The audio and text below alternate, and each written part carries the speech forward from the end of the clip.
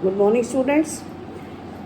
In continuation of previous story, The Rat Trap, as much I sent you yesterday, the rest of the story I am teaching you today. We left the story when Adela was sent in the forge to persuade the peddler. The ironmaster's daughter entered the mill with her attendant, who was carrying a big fur coat. She was a humble girl who was very shy. When she entered, everyone was busy the same way as they had been earlier. The blacksmith was still sitting on the bench with his trainees and was working on the iron. She went up to the peddler and lifted his hat. The peddler slept with one eye open. He was very alert. He was sleeping, and as soon as he saw her, he got shocked and jumped up. She introduced herself as Adela Wilmanson and was sorry to hear about the hard times that he was facing. She explained to him that she had come to take him home with her father's permission. Adela had sympathy for the peddler, but then she noticed that the reason behind his fear could be that either he had committed robbery or jailbreak. So she said that he was free to leave their house at any time, but she wanted him to stay with the family just for Christmas Eve. Adela was talking to peddler in a very nice way, which made him believe her, and he got ready to go with her. The peddler wore the fur coat offered by the valet and started following the lady. He did not even bother to notice the other people in the room. On the way to the house, the peddler felt that as he had committed a crime, he would be punished for it. He started cursing himself that if he had not stolen the money, he would not have got trapped like this. The money was a bait which had led him into this trap. The next day was Christmas Eve. Both the iron master and his daughter were in their at their dining table. The ironmaster said to his daughter that they had to do something good for the peddler and should try to find some better job for him. The ironmaster's daughter said that it was strange to see that the peddler had been in such a hard times and was doubtful whether the man had been educated. Hearing this, the ironmaster clarified that it was due to his bad condition. He also added that the man would behave differently after getting clean and dressed up.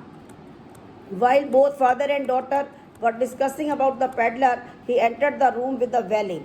He was looking clean, and as he had taken bath and his hair had been cut by the valet, he was wearing the ironmaster's clothes and shoes, a shirt with a starched collar and shoes which covered the entire feet. The ironmaster seemed very angry to see his well-groomed guest, as now he could make out his appearance well and realized that he was not his comrade, he was not his friend. He understood that he mistook some stranger as his old friend. He screamed at him, he shouted at him and asked him to explain. The peddler knew that the ironmaster could make out that he was not his old friend.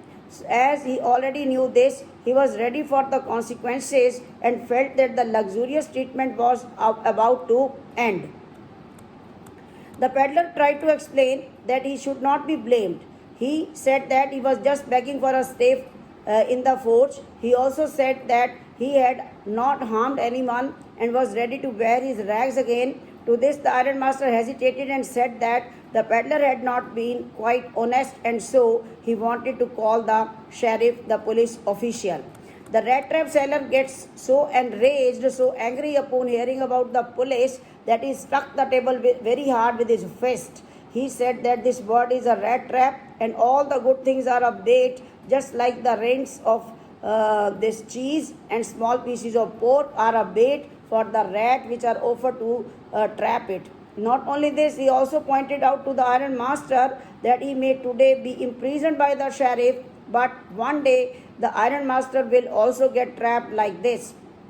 The iron master did not like the peddler's words and decided not to call the sheriff. He asked the peddler to leave at once. The iron master's daughter stopped the peddler. She wanted to help the poor fellow. Since morning she was planning how she could make the peddler's day happy on the occasion of Christmas. Therefore, she went against her father's will and stopped him by closing the door.